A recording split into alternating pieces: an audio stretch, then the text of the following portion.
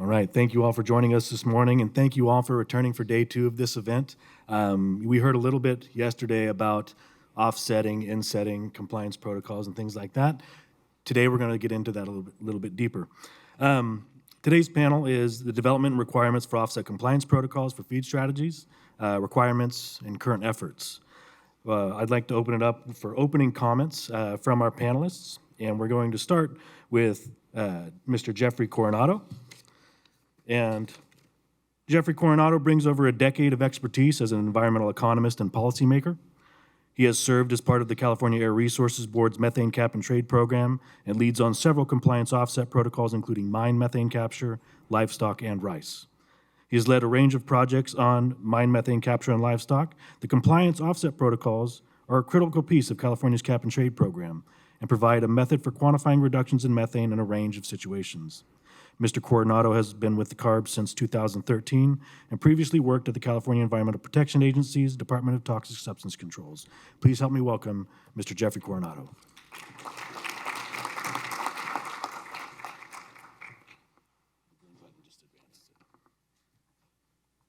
Thank you. Thank you, Charles.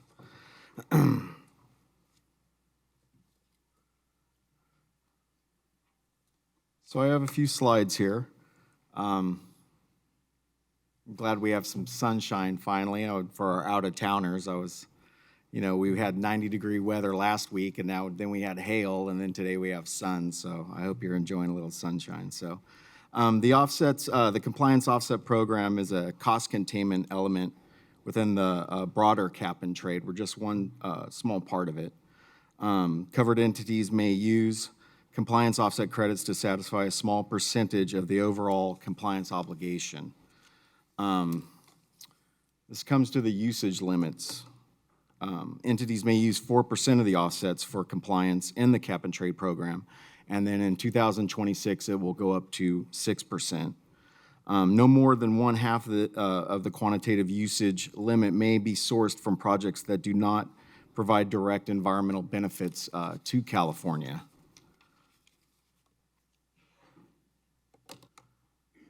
Now, the offsets provide a cost containment mechanism for the cap and trade program, providing flexibility in meeting compliance obligations. Provides a robust funding source for actions in sectors that are underfunded and which provide multiple other co-benefits. This is particularly important in California as we're trying to reach our neutrality. Now, this slide talking about what we look for when we have a compliance protocol. And for a person that reviews projects, that's what I mainly do, is look at projects that come in, review them, make sure that the methodology is correct, the math is correct, and they're following the regulatory requirements. And so when we look at new protocols, we need to meet these criteria: the permanent, quantitative, verifiable, additional, which I think additional is very important, and enforceable. So successful implementation of existing voluntary protocols, we look to those. We look to the private sector, and for potential to drive adoption of projects in California. Potential offset supply, as I was saying, that we need the offsets. So we want to have a offset supply, and they need to be cost effective of implementation. As I was speaking to some of our colleagues out here, us in the public sector, we need to probably look more at the cost of implementation, because we can do a lot of studies and we can come out with a protocol, but we need to look at what's it going to cost these farmers to implement this. And they were discussing labor and things of that nature. So I think when we go back, we'll take a deep look at that also if we develop new protocols. And projects with significant co-benefits. And then this last slide, I put up my information because if you have information or you want to send me data, that'd be great. And you can look at our present protocols, our cap and trade program. And I'd like to give a a shout out to the private sector that does a lot of work and are equal partners in this fight against this climate crisis. And I really appreciate being here. And this is the first time I've been out since the pandemic. So it's nice to see faces and get to talk to folks that aren't on a screen. So it's been a real joy to meet with folks and talk with everyone. So thank you very much.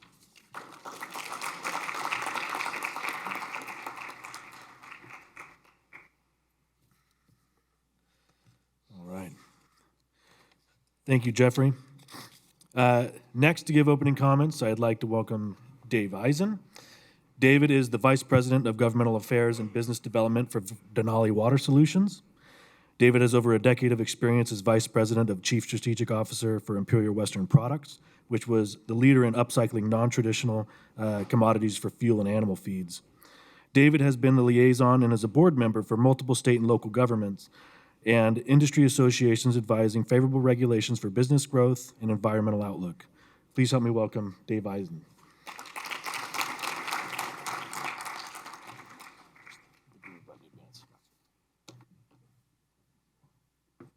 Good morning. Thanks for having me.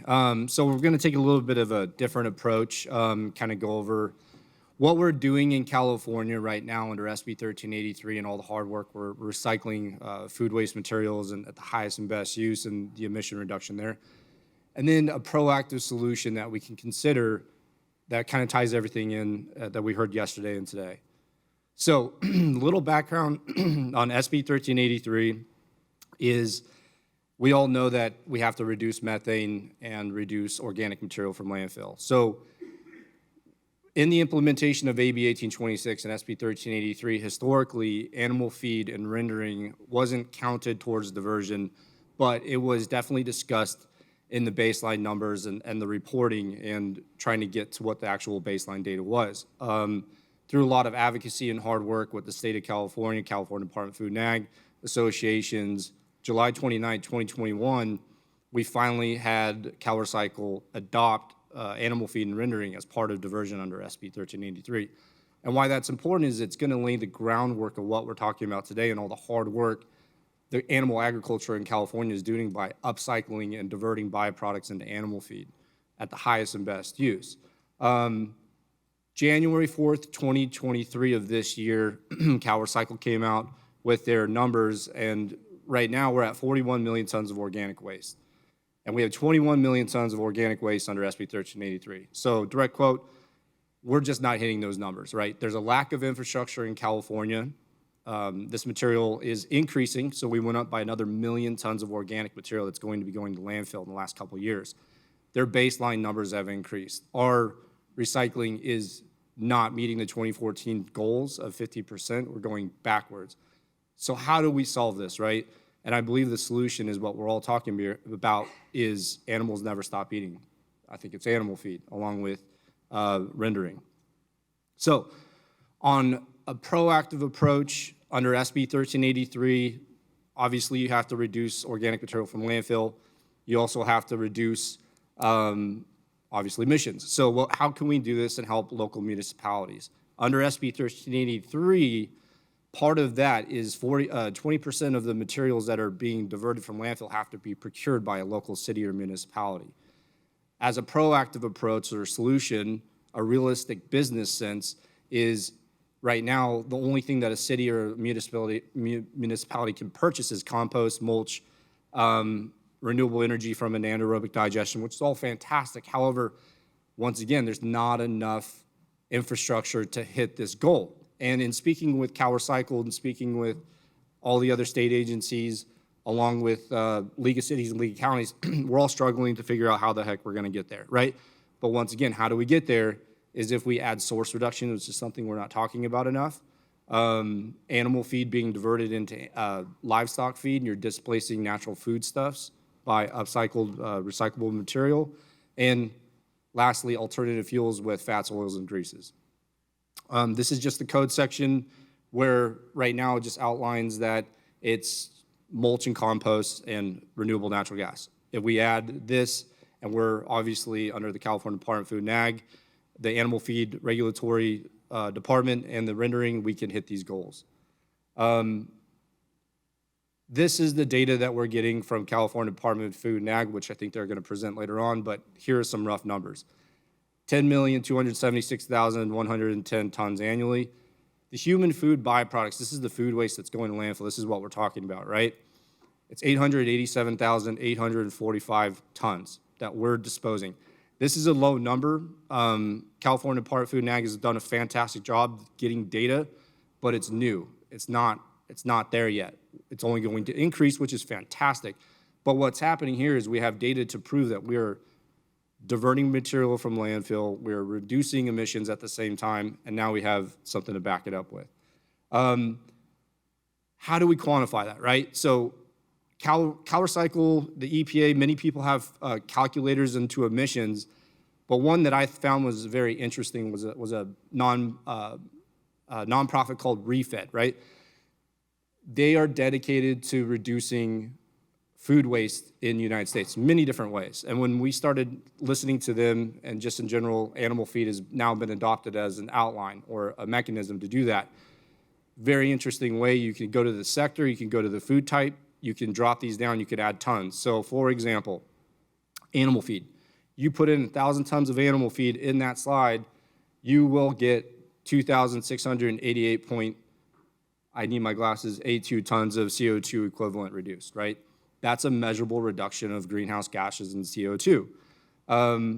That is millions of gallons of water, right? So that's the whole point. It's a measurable calculation.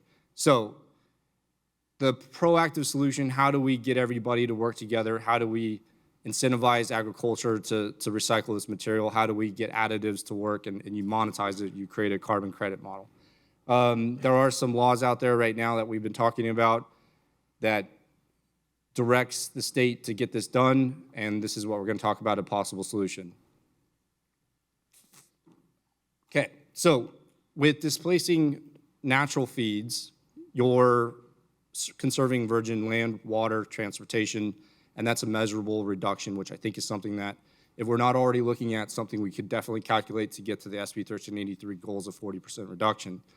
Additionally, that's the one part. The second part of this is you're diverting stuff from going to landfill and turning into greenhouse gas emissions. So how do we get there, right? So currently right now, CARB has done a fantastic job creating a low carbon fuel standard. And with Imperial Western Products, we've been doing the hard work of diverting material with fats, oils, and greases and turning this into an alternative fuel for over a decade. And what that has done is it's taken products in the past that have traditionally been thought as trash, and now we turn it into a byproduct or a commodity. You're monetizing trash for the first time. And the LCFS program has done such a fantastic job. We're overproducing, right? We're recycling at the highest level, and it's turned it into a carbon credit model. What we've been talking about through the California Grain and Feed Association, the Environmental Committee, along with other agencies, is what if we were to adopt something similar for animal feed, right? So a tier one would be if you took food waste from a grocery store and you turn that into animal feed, displacing natural feed stuffs, will you get a reduction or can you create a carbon credit? I know on the voluntary market we're getting there, but if we actually made it a regulatory program for SB 1383, you are displacing the cost that's going to be burdened on the agricultural animal industry, and you're monetizing trash and you're turning it into a commodity, right? The second one, how do additives and feed additives, which are very, very important, play into this sector? What you can do is that's more of a tier two, which Mr. Coronado can speak more about, and you would go to a third-party verification or an engineering firm. It's usually a 6-month process, and you would get a CI or a carbon intensity score. And what we're looking there is this is a step one or step two program. You can displace a massive amount of materials. Just for fun, I just called it the low carbon feed standard instead of the fuel standard, but you get the idea. It's not a real thing. Hopefully it will be soon. The good part is CARB has done a fantastic job already calculating and doing this hard work. There's a mechanism called GREET with a T, 3.0, you could put your figures in here, and this is more of the tier 1. Tier 2 would be things that are going to landfill, and you have to go in there and calculate with an engineer and get a CI score. It's not off the shelf, right? But it's already here. We can measurably handle this right now. And here's the last part of it is the credit avoided emissions, and you put it into the spreadsheet, and you can calculate this right now. Through source reduction, not creating as much material. For example, last thing I'll leave you with is one of the retailers that we worked with for over a decade, one of the largest retailers in the world, was averaging 16 tons per store per week, right? And by the data and the analytics and what we've been diverting from landfill, turning this into animal feed instead of going to emissions and not being reutilized and displacing raw natural feedstuffs, they were able to reduce their waste on the back of the store to 6 tons. That's a 10-ton per store per reduction when you're talking about thousands and thousands of locations throughout the world, right? They're right-sizing, the shrinkage has gone down, and I think this is something that we need to discuss. I completely agree with the feed additives, and it's a great place to start, but I want to remind everybody the hard work that we're already doing, and I think we can maybe make it an all-in-one solution, and thank you for your time. Look forward to the Q&A.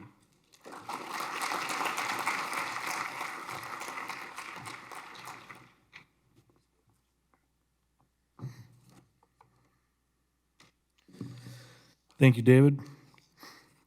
Next, I'd like to welcome Dr. Ermias Kebreab. Ermias is Associate Dean for the Global Engagement in the College of Agriculture and Environmental Sciences, as well as Director of the World Food Center. He is Chair of the United Nations FAO Technical Working Group on Feed Additives, a committee member for the National Academy of Sciences panel on anthropogenic methane emissions in the U.S., and also serves on the NAS Committee for Nutrient Requirements of Dairy Cattle. Please help me welcome once again Dr. Ermias Kebreab.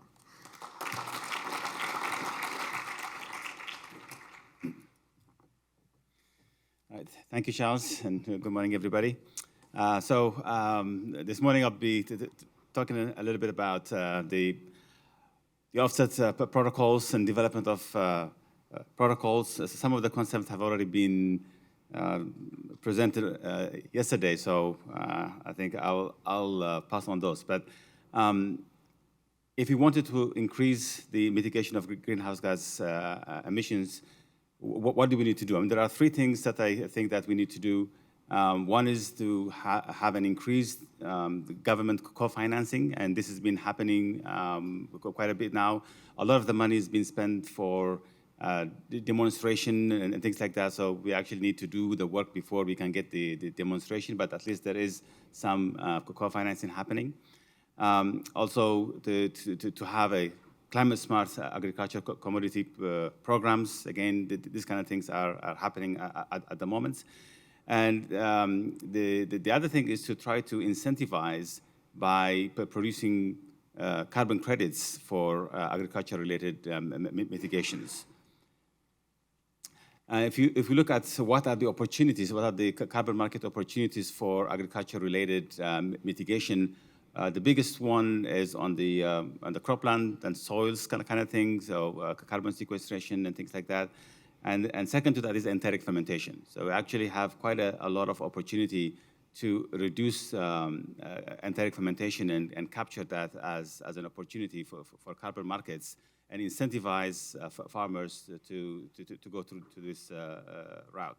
And there are other things also like grazing lands and managing manure and all that, but enteric emissions in particular, there's quite a big opportunity for us. And in order to be able to make use of that, we need protocols. There's a number of things why we need a protocol. With the use of protocols, we could actually bring in private financing so that we can increase the agricultural greenhouse gas mitigation that would happen by farmers. And also, it establishes credibility. So I talked about measurements yesterday. So making sure that we have those measurement methods that we can actually reliably measure the emissions, and we can measure the reductions in emissions as well.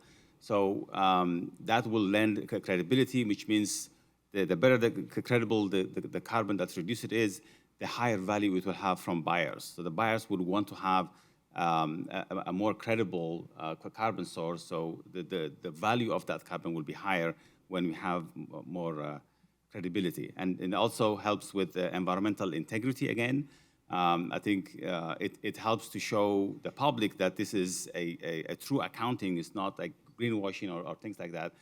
So it helps by having these protocols and going through it in a very detailed manner, that it will help us with the environmental integrity as well.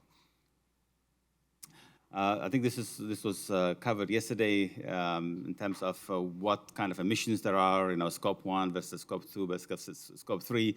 So, all of these emissions, they need to be reduced, and it depends who you are, for a farmer or for an organization that's producing feed and all that. What is scope 1, scope 2 depends on that organization, but at the end of the day, we will need to reduce emissions from all the scopes for every organization. And also this was discussed about offsets and insets. It's very easy to understand sort of a diagram where if you reduce emissions or enteric emissions and you sell it to Microsoft or United Airlines, then that is gone. It's not accounted for the sector. While if that is sold to Cargill or other within the agricultural sector, then that would be considered as an inset, so it will be a reduction for the agricultural sector.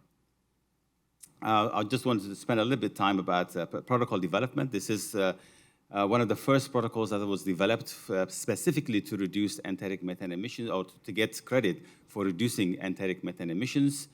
And the way that it was done is it was first proposed by a feed manufacturer or a feed additive manufacturer, and then went to VERA, which is a registry.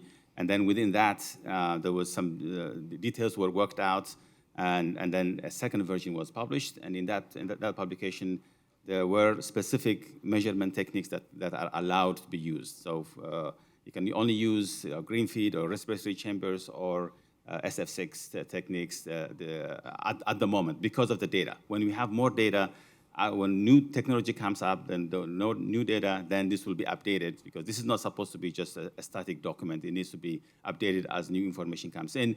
But right now, it's set only to have that.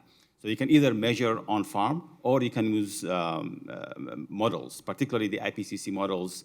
A lot of that model was actually generated using data from California. So it's very applicable to be used within California setting, but also worldwide. To estimate the methane emissions, there are different options, as I mentioned. So there are 3 options for the baseline. For baseline, you can measure, or you can use the IPCC equations, the more detailed equations if you have the feed intake and what kind of feed they are being fed and all that. If you don't have that, you can just use the emission factors from the IPCC as well to be able to calculate the baseline. And once you have the baseline for the project, then you need to do a bit more work. So for the project, you have to show at least 3 publications, and those publications have to be published in a journal, a peer-reviewed journal that is part of the Science Citation Index, because unfortunately there's a lot of journals out there, predatory journals. They will just publish anything as long as you pay them. So to avoid all that, the protocol asks for those three papers have to be published in the journals, in reputable journals. The other question is that what are the standards of conducting experiments and figuring out what's the efficacy? So right now, there's a lot of interest in this. There are 3 projects going on at the moment. There's a CDFA-supported project to build standards to make sure that this is the standard you need to use to define the efficacy. There's ADF, and Joe is here. He will tell us if they have finished that project, but it's basically building standards for the US. And then the Global Research Alliance, which is an international alliance, where also doing exactly the same thing, but on a global scale, including beef and grazing and a number of things. So There's a lot of effort going on at the moment, and the good thing is we are all talking with each other so that when the standards come out, it will be, they are in line with each other, so that there's no conflict between the California one, the US one, and the international one. And then you will be able to use the emission reduction factors from those papers, hopefully in a meta-analysis, published in a meta-analysis way, and then you can use it for reductions within the protocols. There is a carbon market that has been established now. So the idea of the marketplace is to bring people who are reducing emissions with people who are selling those and the people who are buying them. Right? So this marketplace will basically work with farmers or anybody who is trying to reduce emissions, enteric emissions in particular, and then buyers. It could be Walmart or Nestle or whoever they may be who wanted to reduce their emissions. And depending on the price, it could be inset or offset. So hopefully it will be mostly inset, but in this case, it will be an open market that people would bid on the carbon that's available. So in conclusion, right now, anybody can just start a voluntary markets. And I was talking with Frank in Chile about this, and it's really the Wild West right now for voluntary markets. So we need more regulatory markets. Unfortunately, we don't have anything regulatory in terms of for feed additives for enteric. We do have a couple in Canada and Australia, but not for feed additives. Hopefully, we work with registries so that they can give the credibility that is needed for those protocols. Right now, we don't have enough agriculture-related projects for this. In California, it's only anaerobic digester for ag-related emissions that you can use. So hopefully, the panelists here from California, maybe California will adopt one of those protocols for feed additives.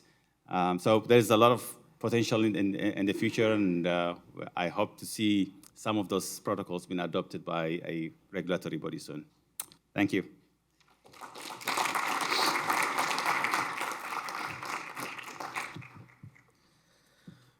Thank you, Dr. Kebreab. So next we're going to have Amy Hughes. Amy Hughes is the director with the Environmental Defense Fund Climate Smart Agriculture Team. She leads EDF's agricultural carbon market strategy to catalyze climate action through equitable greenhouse gas emissions reductions financing schemes that compensate producers for reducing and removing verifiable emissions. Please help me welcome Amy Hughes.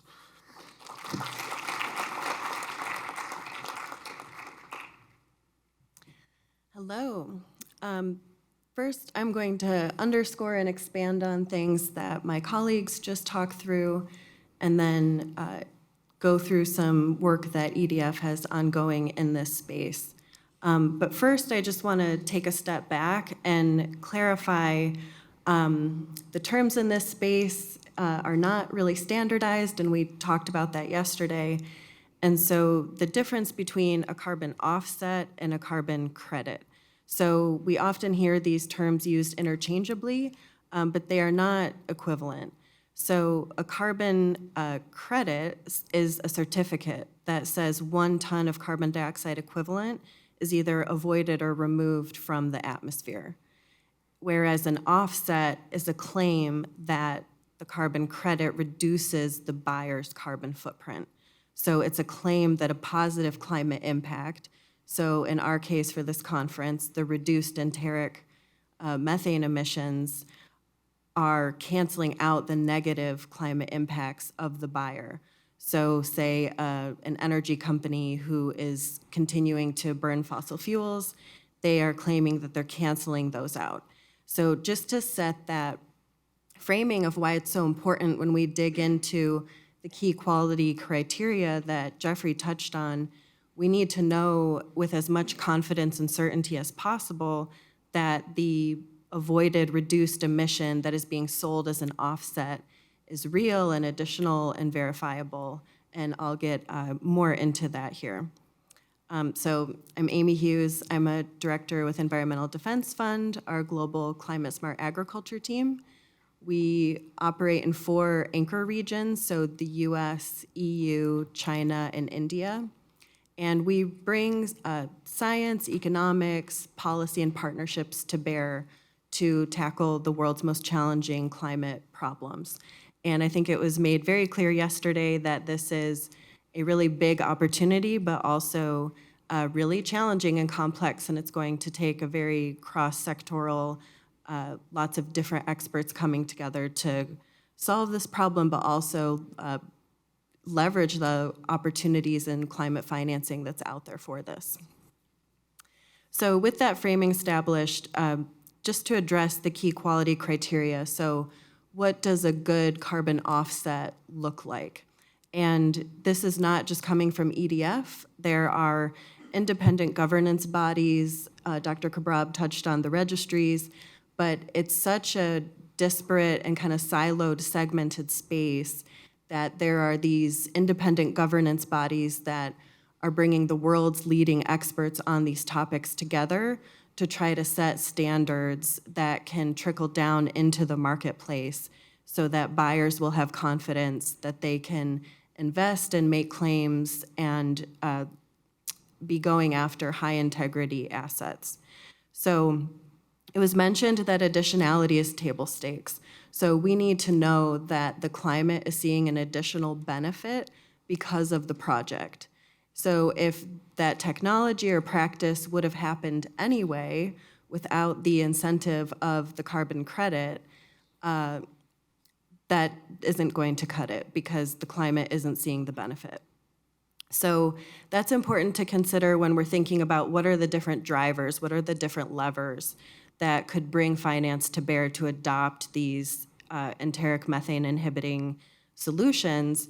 There becomes a kind of timing and sequencing and decision tree considerations that producers need advice on and to know what they're getting into. Because if you enter into, say, a supply chain contract where you're going to keep those emission reductions within the value chain, that action, that activity is already happening. So you wouldn't then be able to go prove additionality in the carbon credit market. We talked about yesterday, and the next panel will get into this further, but making sure that the technologies and practices are safe and that the appropriate regulation is being followed. So that will give farmers confidence that they can adopt the practices and consumers confidence that these interventions are safe. Permanence is a really big quality criteria, and we have the benefit of not having to worry about that in this sector. So we can look at what would the business as usual emissions have been for enteric methane had these interventions not been introduced. And then with the different modeling and monitoring tools that are becoming available, quantify the reduction from that business as usual baseline and then credit for that delta. Whereas in the soil carbon space or sometimes in the forestry space, that's a less durable ecological system, and so there's concerns around reversibility and non-permanence. So carbon credits from livestock methane are really attractive and high quality for that reason. A large umbrella of quality revolves around robust quantification. So this ties back to everything we talked about yesterday. Can we quantify reliable, high integrity baselines? Can we quantify emission reductions with confidence and transparently show how that happened and that it's persistent, that it wasn't just during a part of the animal's life cycle, but further on we don't see the reductions, or that the emission factors are based on a study that had enough longevity that we have confidence that it's representing the full system and not just a snippet in time. And this also gets into what we talked about yesterday, that net greenhouse gases are really important. So we want to be upfront really smart about understanding if there's nitrous oxide unintended consequences from the interventions that are aiming at the enteric methane. There's also really important, very critical environmental and social safeguards that we need to consider. So I think we're really used to and becoming more fluent in talking about the quantification side and monitoring and getting at how many tons of methane are we avoiding. But we also need to hear from and keep in mind the concerns from environmental justice communities who are living in proximity to farming operations, where high-quality carbon offsets are improving the health and environment of the surrounding area. They're not, so the things that come to mind are water nitrates, air particulates, ammonia. So are we as a community being responsible about addressing and mitigating those things, which may need to come in the form of a different tool or mechanism than the carbon marketplace, but are we showing a holistic approach that those issues are being addressed as well? So I'll quickly touch on some of the work that EDF has underway in this space and would love to connect with folks afterward or talk about this during the Q&A. But when we were trying to roll up our sleeves and understand what is currently happening in the crediting space, what protocols and methodologies exist, how are they approaching the key quality criteria that the independent governance bodies like the Integrity Council for the Voluntary Carbon Market, the Carbon Credit Quality Initiative, the Voluntary Carbon Market Integrity Initiative. You can see the letters of those acronyms get interchanged, but it's basically supply and demand side guardrails and guiding what good looks like of how you develop really sound credits and how the buyers can account for them and make claims and talk about them publicly, whether it's their net zero strategy or a compliance scheme. So it turns out that, and I'm sure we missed some, this is a quickly evolving space, but at the time of our landscape assessment that is now under production to be released this summer, we looked at 7 methodologies globally that are in some way looking at either feed additives or feed management strategies that are aiming to either reduce absolute methane emissions from enteric fermentation or reduce the carbon intensity, the greenhouse gas intensity of either units of milk or the term is hot carcass, but meat produced from the operation. And this spans across the voluntary carbon market. So as Dr. Kebreab mentioned, Gold Standard and Vera have protocols in this space, and the UN's Clean Development Mechanism also has a protocol. So that was kind of the original global carbon crediting scheme under the Kyoto Protocol. And so now that Article 6 was passed under the Paris Agreement, there's a refresh of looking at what protocols were developed under the CDM. And as different nations are looking to develop their own carbon crediting systems, they're looking at that set of protocols as well rather than reinventing the wheel. And Gold Standard and Vera also acknowledge or accept CDM methodologies. And then Alberta, Canada has a protocol under their cap and trade system, and Australia has one under their, I believe it's the Emission Reduction Fund. So we analyzed all 7 of these protocols to see how are they addressing the key quality criteria. And, things that came up yesterday are appearing as trends in this analysis. So whether it's direct measurement versus the models or emission factors, there's definitely a predominant tendency to use those models and emission factors, and we're finding that they're not really standardized across the board. The uncertainty is really high, so there's a tendency to overcredit and undercredit the amount of emission reductions. And UC Berkeley, well, among many, but there's just such a close eye on this space right now of over-crediting. And so there's really a need to be cautious and thorough as we develop these methodologies so that we don't, poison the well, so to speak, before this thing even gets off the ground, so that farmers and buyers have confidence and want to engage in this market.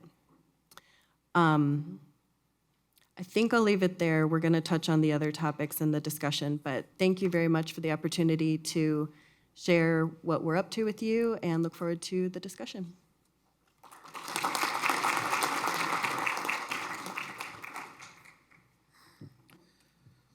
All right. Thank you, Amy. Now, I'm probably going to allocate more time to audience Q&A for this panel because I know there's a lot of interest in it, but I do have some set moderated questions that we can get through. And I understand that there is a lot of concern and development around offset compliance and the credit market, but I think it's important to recognize successes in this area. So if you could, can we please have a couple examples of what the major successes for these offset compliance protocols have been, not just in enteric methane, but across the board? Sure, Jeff. I would say the biggest success is the 245,414,957 emission reductions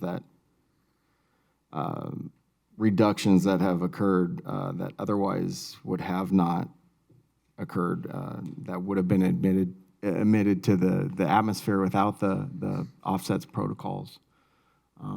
That's a huge number. I mean, even if you cut it in half, it would still be a huge number. And the help that it's given to the farmers. Thank you. Would anyone else like to add any positive spin on our offset compliance and the success in this area? Well, I think we can learn from other countries, particularly in Canada. The Alberta protocols have been used for offsets. Some of them were more successful than others.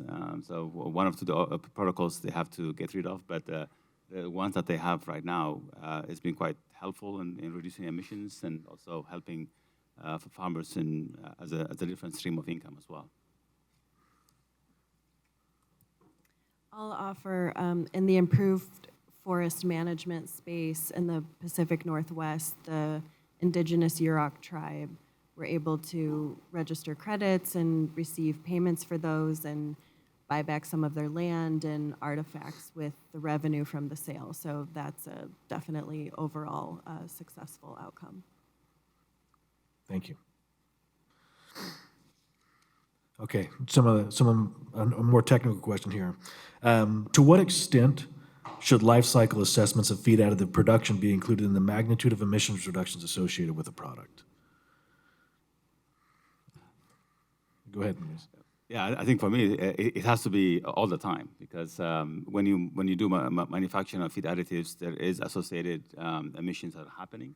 So that have to be accounted because you have to look into the net reductions what it gets. So the LCAs for the production of feed additives need to be part of that, and that is actually something that we worked on with at FAO, where we have a guideline on how to do that. So that needs to be part of it. I mean, it ends up going to be quite small because a lot of these emissions for producing feed additives would be carbon dioxide, and what they will be reducing would be methane. So it's going to be, when you do the LCAs, it's probably 1% or something like that. So it's very small, but they need to be included. Thank you. Jeff, go ahead. And we don't, life cycle assessment isn't currently used in our protocols, but I know it is used in the LCFS program. But yeah, I think it's an important aspect of the protocols being developed.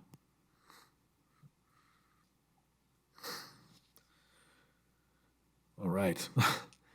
Measurements associated with not only the baseline emissions scenario, but also the reduction efficiencies of different products may be impacted by age, breed, and ration. How can we account for these dynamics and deliver trustworthy and reliable reductions across the board? please. I can try on this one. Well, I think there need to be experiments, studies conducted that sort of span sort of the whole life of the animal. Yeah, so there are some feed additives who may have a less effectiveness as time goes on. So what is really needed is to have, if it's a dairy, you have to have a full lactation trial. So within that full lactation, if there's any changes, then you have to account for those changes. And invariably, most feed additives also are impacted by the composition of the diet. That has been shown over and over again. And so in one of the protocols, in the VERA protocol, for example, it's not just about how much reduction you're going to get from the feed additive, but you have to include the impacts of the diet as well. So it's not just one number, but it has to be an equation that shows how this is affected. This is a good example is with 3-NOP. There's a meta-analysis that shows that the effectiveness of 3-NOP, if you don't put anything else, it will, on average, it's going to be about 32% or so in dairy. But then this is modified by the dose of 3-NOP and by the NDF levels of the diet, as well as by the fat level of the diet.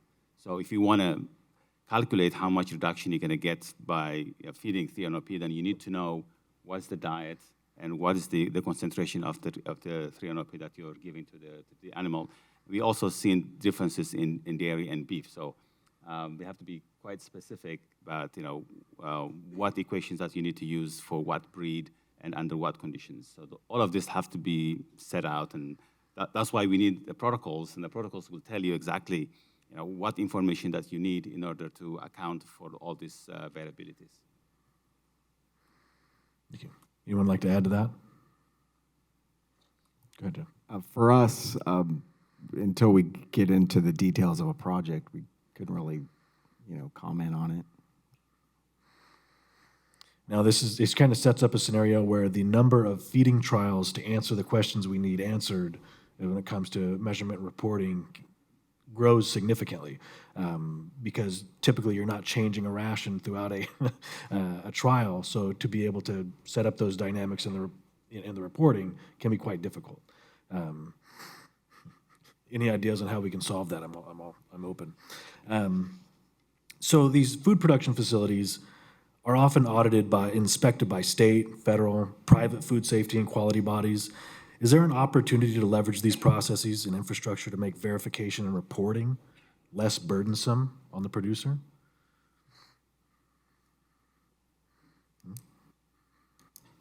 Go ahead, Amy. It sounds like a no-brainer that it could. I'm not familiar with those processes to go into it in depth, but I know speaking with some colleagues over the course of the conference, it's sounding like there's a very limited number of experts who are qualified to do the verification process, and that can be a bottleneck holding up the overall process and maybe stymie interest in getting additional projects underway. And I know in various supply chain initiatives, if farmers are having to collect and report too much data, and especially sensitive data, in a repetitious way, they just don't have time to do that. There's just not an appetite to do that. So the monetary incentive has to be sufficient to warrant them spending their time on it, and it sounds like these existing processes could be a good way to try to streamline that. Thank you. There is always interest in making requirements less burdensome. This is the type of thing that we would get into when developing a new protocol. This is the core component of our program that ensures the integrity of any credits that are issued. But if there are opportunities to make reporting less of a burden while maintaining integrity, it would be something that we would support. All right. So something Amy mentioned earlier, and it's come up several times during this event, is that when we're talking about enteric methane production, we see reductions that can be considered as absolute methane reductions or reductions in intensity. Now, some programs like Australia's Emissions Reduction Fund offers carbon credits for increased efficiency, while overall methane emissions may be increased. Should increases in efficiency be considered for offset related to enteric methane reduction in the U.S.?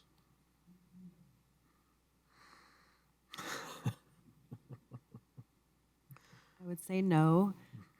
We need to know that it's an absolute reduction. So the caveat to that could be over time, it could be a longer term play that as efficiency goes up, you could be producing more product with less animals. So not looking at production going down, not impacting the food supply chain or the farm economy, but longer term, it could be, and I know we talked about this with our partners in India quite a bit, could they be, better utilizing veterinary care and feed and all of the time and effort that goes into animal rearing with less animals and still produce what they need to for their livelihoods and for the food supply chain. But unless we would see that kind of an effect longer term, if absolute emissions are going up, that's the answer. The climate isn't seeing an improvement. Thank you. Go ahead. Yeah, I think that this is a contentious issue, the intensity versus the production. For the protocol, the protocols that we have now for enteric, it's absolute reduction only. They don't take into consideration the relative ones or the intensity. I think there is appetite for developing a protocol for intensity-based credits, but I think that's going to be quite a big challenge.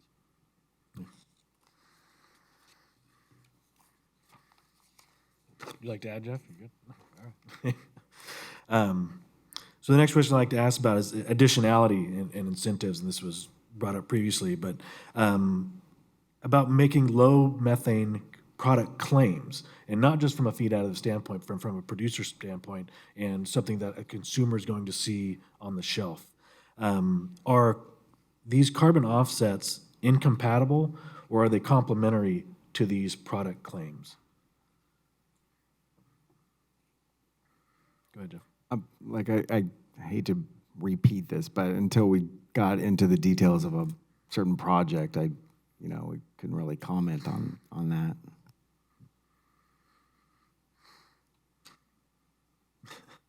I can.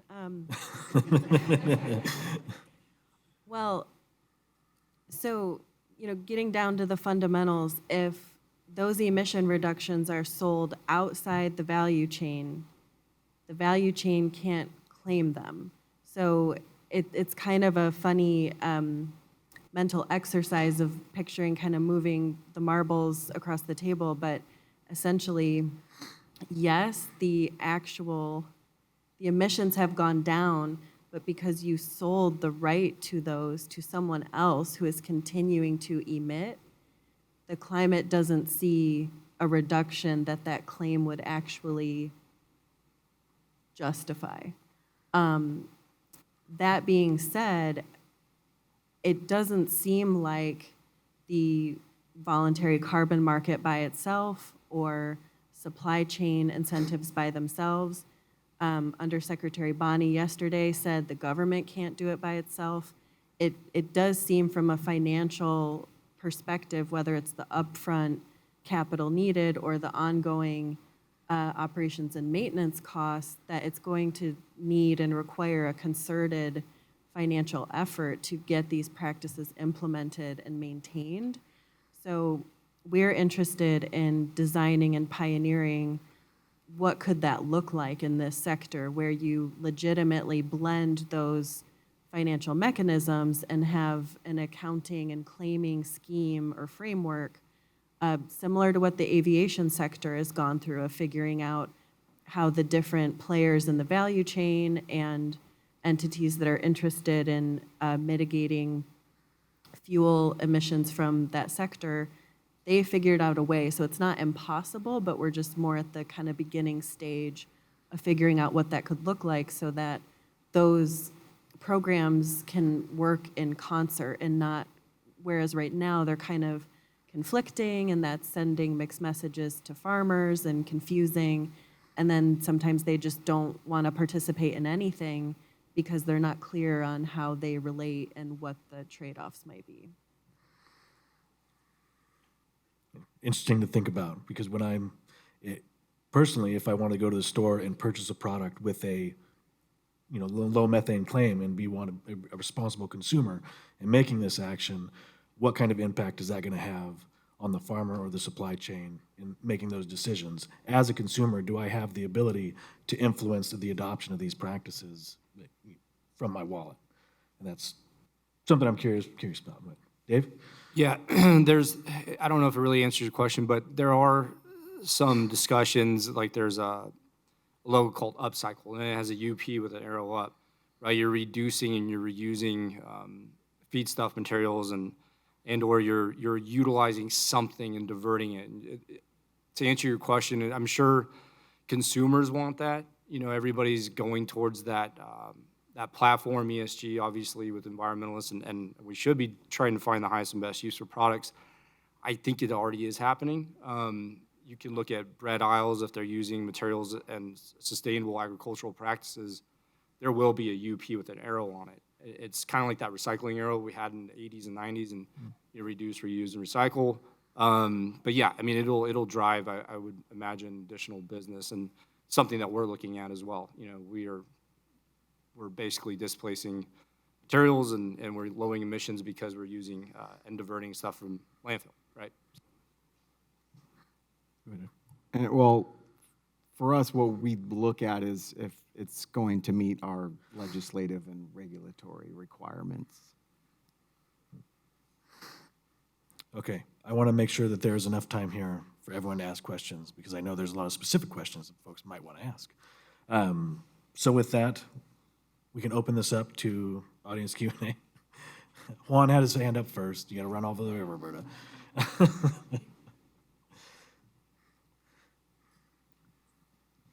Yes, thank you. Juan Tricarico, DMI. I have two questions, Mr. Moderator, if I may. The first one is for Dave Isen, and I would like to please ask you to clarify pre versus post-consumer waste in the whole explanation you gave. I wasn't clear or where that line is and how that affects everything you spoke about. Yeah, so what we're looking at is, let's just say 40% of whatever goes in a grocery store goes out the back end and it goes in a landfill, right?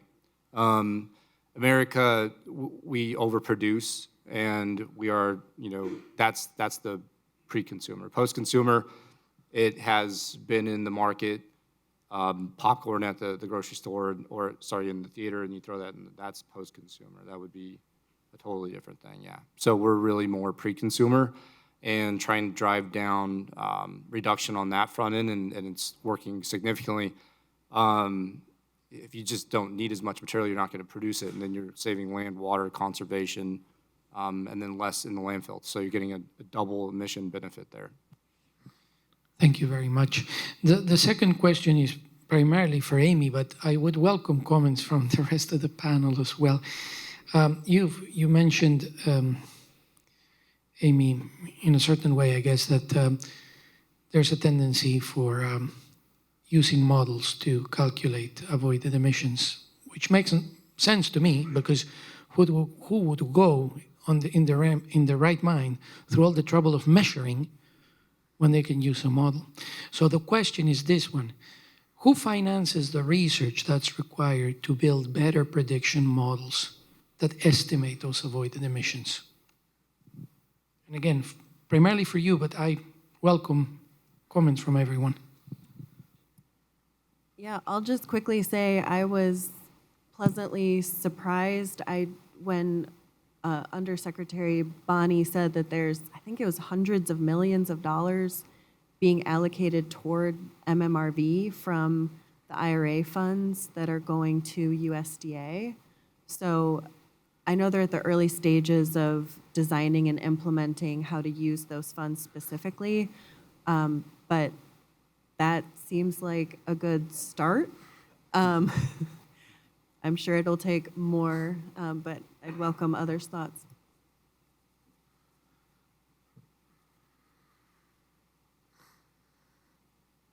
All right, no more comments from the panelists? Or? Thanks, everyone on the panel, for that review of the protocol structure. It seems that today it's mostly based on modeling and extrapolation and meta-analysis, and we have to do the best we can with where we are today.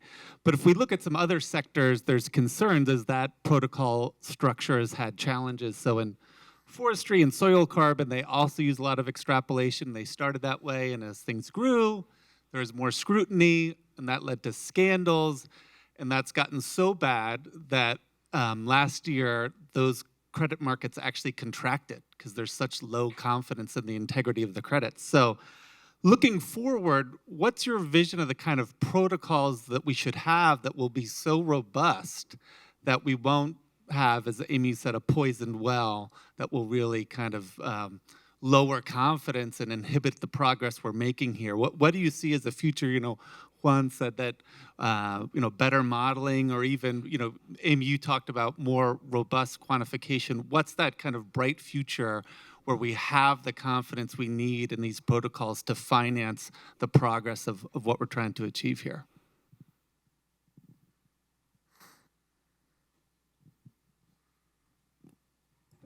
So I think, as I mentioned in the presentation, I think the credibility aspect is very important. And how do we make sure that those measurements or those estimations are credible, right? So that's really the main reason that all this CDFA and EDF and GRA are really interested in, to make sure that there's a robust way that we are accounting or we are estimating the reductions that are coming from the feed additives in particular.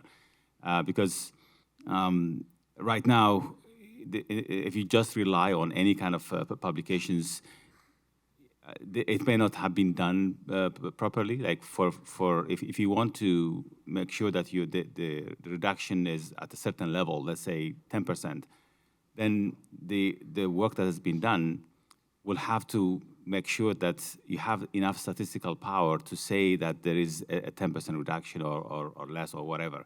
So that's why there needs to be a standard established so that any feed additive manufacturer wanting to show the effectiveness will have to go through that. They have to abide by that standard.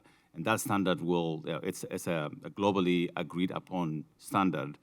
And so once you have those kind of things in place, and then the protocols then point to that, basically saying that if you want to use studies, then those studies have to be according to those standards. So that way, you can build up the credibility of the feed additives and their effectiveness and all that. So we are learning as we go along. There's a lot of work that has already been done, but I think there's a lot of opportunity for more work that needs to be done. So for the future work, we need to have those established standards so that we have higher confidence when there's a claim on it. Yeah, I would agree. You need a regulatory aspect, just like we've already discussed. The LCFS market works, the RIN market works. It's consistent across the board. You don't have thousands of people lining up. You have a measurable tier 1, tier 2, and you get a CI. And you're going to have many different CI scores, because the earlier question, how do you handle a dairy cow in Southern California versus Northern California versus Nevada? The age difference, they eat stuff every day. It changes depending on commodity markets. Animals never eat the same thing. They're not in a laboratory eating 10% this and 10% that. It is based on market value. It's based on war. It's based on famine. It's based on rain, which we just got last night. It's almost, I'm not going to say impossible, but you need to go through and you need to get a third-party verifier, just like CARB, and CDFA will have the oversight of it, and then you get a tier, and you get a carbon intensity score based on that product, based on the animal, based on that time, and what they're eating. But then when that changes, you're going to have to redo it again.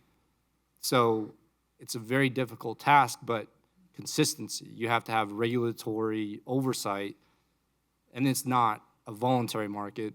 it's an actual cap and trade. So it's just that's where I would see this thing being the best option. I was going to say at CARB, we always try to take the most conservative approach. So even with the livestock protocol, we have the metered and the modeled, and then you calculate both, and whichever is more conservative, that's the emission reductions that you'll get. I think that's a great point of leaning conservative, and there's already a tendency to do that in the existing voluntary space.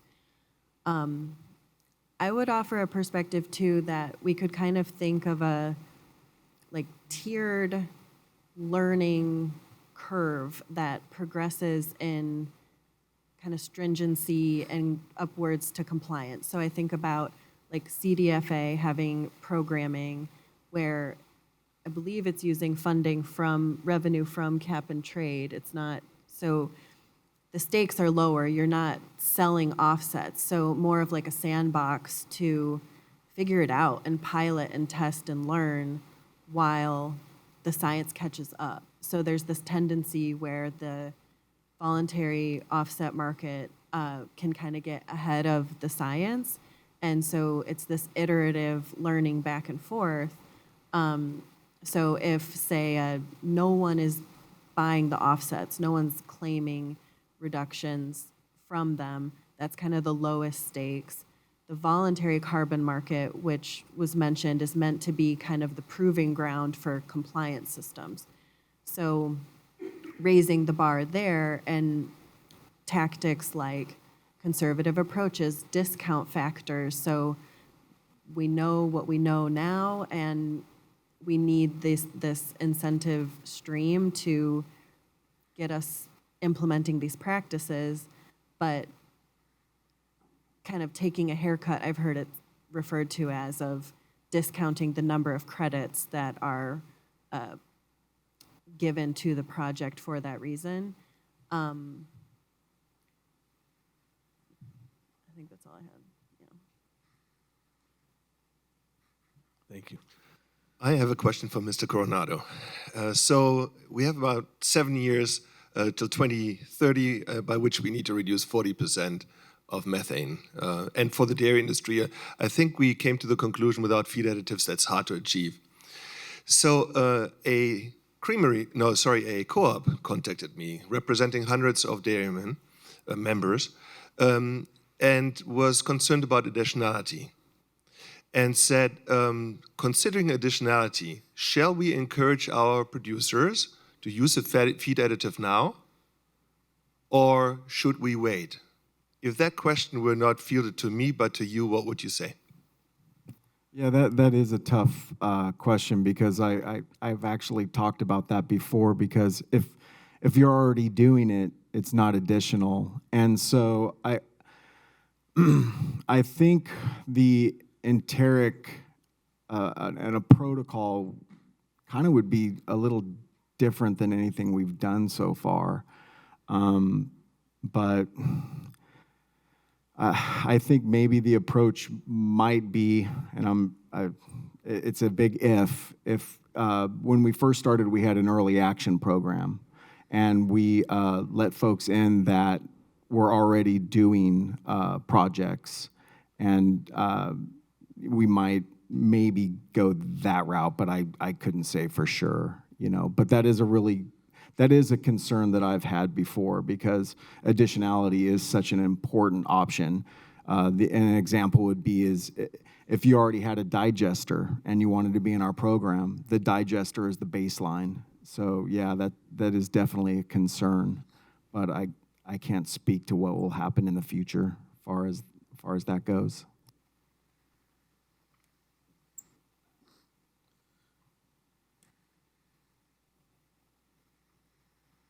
Got one way in the back.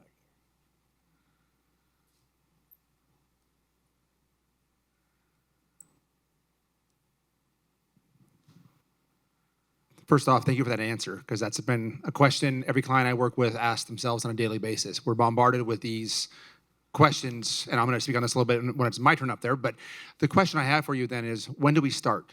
If it's 7 years is not far away, when do we start accounting with the tools that are out there, and when can we start using them to make change? Are you talking about using the feed additive? Yeah, use Agilent as an example because it's in the marketplace today. It's being encouraged by numerous factors in the marketplace to be adopted on dairies as they sit existing. And the answer you just gave is the one we've been waiting for. To know when we can start is the next one. So I guess the question is, when does the Air Resources Board want to say, okay, this is when we're going to start with your baseline to meet this goal with new technologies? You know, it's a tough question because developing a new protocol is such a long process. You know, I mean, we'd have to have a lot of the research, we'd have to have the workshops, we'd have to have the public input. So unfortunately, I don't really have an answer for you.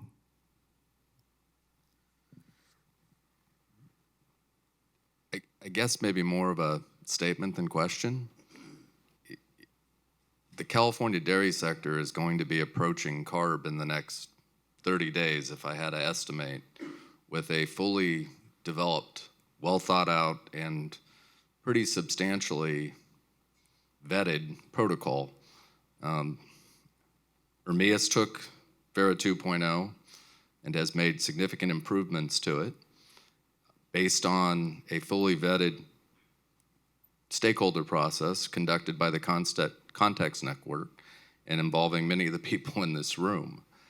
That's going to get submitted for quick adoption. And I think, you know, you're hearing a lot of reasons today why that adoption will be so important. This is not a new concept for CARB. We've been talking about this for well over a year. And I just hope that CARB's going to be in a position to move quickly on that protocol. And I recognize it will have to be workshopped and go through a process. But hopefully that process has been greatly streamlined by the tremendous effort by Dr. Kebreab and California Dairy Research Foundation and all the others who contributed to that stakeholder process. Yeah, and that's a huge help. I mean, like I said before, we look to the voluntary market to see what is working and what has been tried.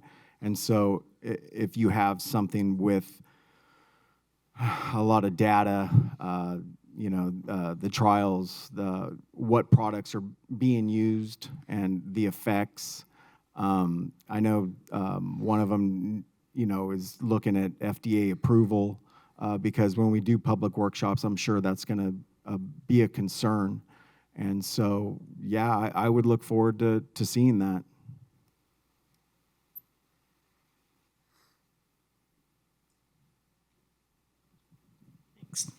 Hi, I just had a comment. It seems since SB 1383 used 2013 as the baseline, wouldn't then any mitigation efforts post 2013 count towards a reduction, and shouldn't those be considered? Yeah, I don't know. I think there's a difference between what is considered as a reduction towards the state's goal of reducing methane and what is incentivized to be done at that point as far as these protocols are concerned.